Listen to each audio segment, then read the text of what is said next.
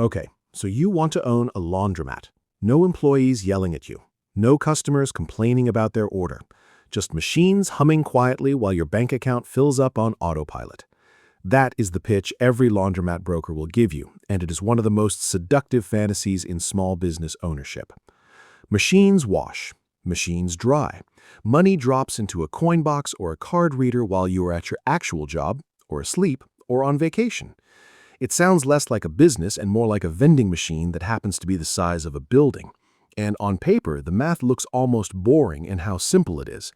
A wash cycle might cost you 50 cents in water, electricity, and gas. That same cycle can sell for $4 or $5. A dryer that costs you a quarter to run for 10 minutes can sell for $2. Stack 20 or 30 machines together, running back-to-back all day, every day, and you start to understand why so many immigrant families and quiet retirees have built real wealth out of a strip mall unit most people drive past without a second thought. But here's the trap.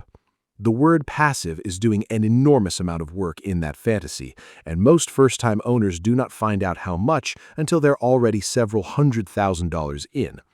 So what are you actually buying when you buy a laundromat? You are not buying a service business in the way a restaurant or a salon is a service business. You are buying a self-service utility. You are the landlord of water, heat, and spin cycles, and your customers are renting access to infrastructure they cannot afford to own themselves. That distinction matters because it tells you exactly who walks through your door. Renters without hookups, families in older apartments, people between homes. A laundromat does not sell convenience to people with options. It sells a necessity to people without one. That's why the demand is so stubbornly reliable. People don't stop needing clean clothes in a recession. But it also means your pricing power is limited by what a working-class neighborhood can actually absorb, which caps the upside in a way a nightclub or a bar never has to think about. Now let's talk about what it costs to get in. A small existing laundromat might change hands for $150,000 to $300,000. Building one from scratch is a different animal entirely. Commercial washers and dryers are not cheap, and you're not buying one or two. A mid-sized store might need 25 to 40 machines, and industrial-grade equipment can run anywhere from $2,000 to $8,000 per unit, depending on capacity. That's before plumbing modifications, industrial gas lines, three-phase electrical work, ventilation for the dryers, and the flooring that can survive standing water. A full build-out from an empty commercial shell can easily land between $500,000 and $1.5 million. This is not a side hustle you start with a credit card. Then comes the part almost nobody budgets for correctly: utilities. Water, sewer, gas, and electricity are not incidental costs in this business. They are the business. A laundromat can burn through thousands of dollars a month just keeping the machines capable of running, long before a single customer walks in. And here is the uncomfortable truth about margins. The average laundromat nets somewhere around 20 to 35% on revenue in a good location, but that number swings hard based on utility rates in your specific city, which means two identical stores in two different states can have wildly different bottom lines running the exact same machines. So where does the actual money come from?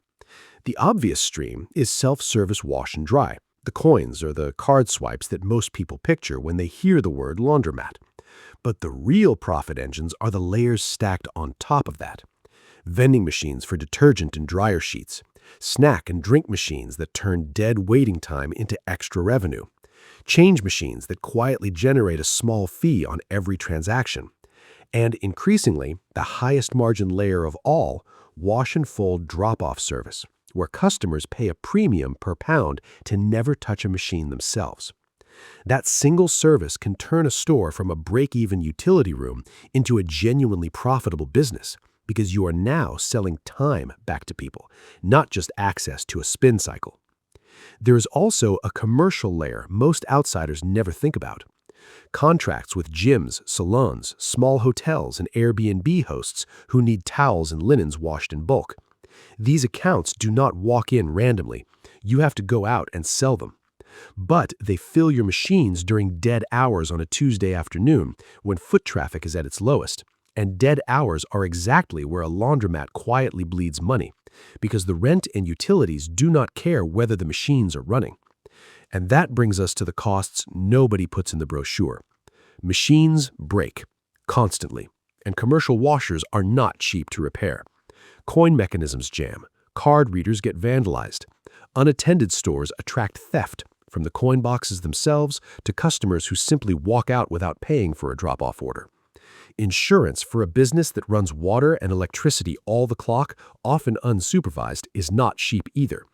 And every few years, machines need to be replaced entirely, which means a smart owner is always setting aside a reserve most first-time buyers forget exists until the day a third dryer dies in the same month. Here's the quiet secret experienced owners already know. A laundromat is not really a machine business. It's a real estate and utility arbitrage business, wearing a coin-op disguise. The owners who get genuinely wealthy are not the ones who simply collect quarters. They're the ones who negotiate a long, cheap lease in a dense rental neighborhood, lock in efficient water and gas rates, add the drop-off service to raise margin per square foot, and eventually own multiple locations so no single roof, no single street, and no single utility spike can sink them. So should you actually buy one? If you want a business that's truly hands-off from day one, this is not it. Someone still has to manage repairs, cash handling, cleanliness, and theft. But if you're willing to treat it like the infrastructure business it actually is, pick the right neighborhood, and stack the extra revenue layers on top of the basic wash and dry, a laundromat can become one of the closest things in small business to a slow, boring, reliable cash machine. The quarters were never really the product. The clean, dry clothes were never really the product either. What you're actually selling is something a renter without a washer at home can't get anywhere else. A guaranteed, always open place to solve a problem they have every single week for the rest of their life.